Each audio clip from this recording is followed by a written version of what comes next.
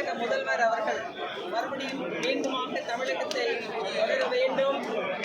இந்த 2026 தேர்தலில் மட்டுமல்ல, இனி வரும் எந்த பணம் கட்டியவர்களுக்கு ரசீது 4 மணிக்கு வழங்கப்படும்.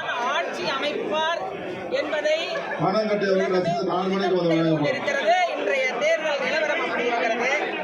பணம் கட்டுவாங்க கவுண்டர் நிக்க வேணாம், நடந்து போங்க. பணம் கட்டுவாங்க அந்த பக்கம் போறாங்க, இடம் தெரியும். பணம் கட்டுவாங்க நடந்து போங்க,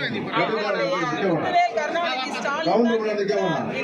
நேற்று கட்டின ரசீது 4 மணிக்கு வந்து 234 திராவிட முன்னேற்ற பணம் கட்டியவருடைய ரசீது 4 மணிக்கு வந்து வழங்கும். தோழமை கட்சிகளும் தான் வெற்றி பெறும் என்பதில் 4 மணிக்கு வந்து ரசீது வாங்கிங்க. இன்னொன்றை சொல்லிக் கொள்கின்றேன், இனி வரும் காலங்களில் எதிர்கட்சியே கிடையாது. திராவிட முன்னேற்ற கழகத்திற்கு இனி எதிர்கட்சியே கிடையாது. தமிழகத்தில் திராவிட மாடல் ஆட்சி தான் இனி எங்கள் ஸ்டாலின் ஆட்சி தான்.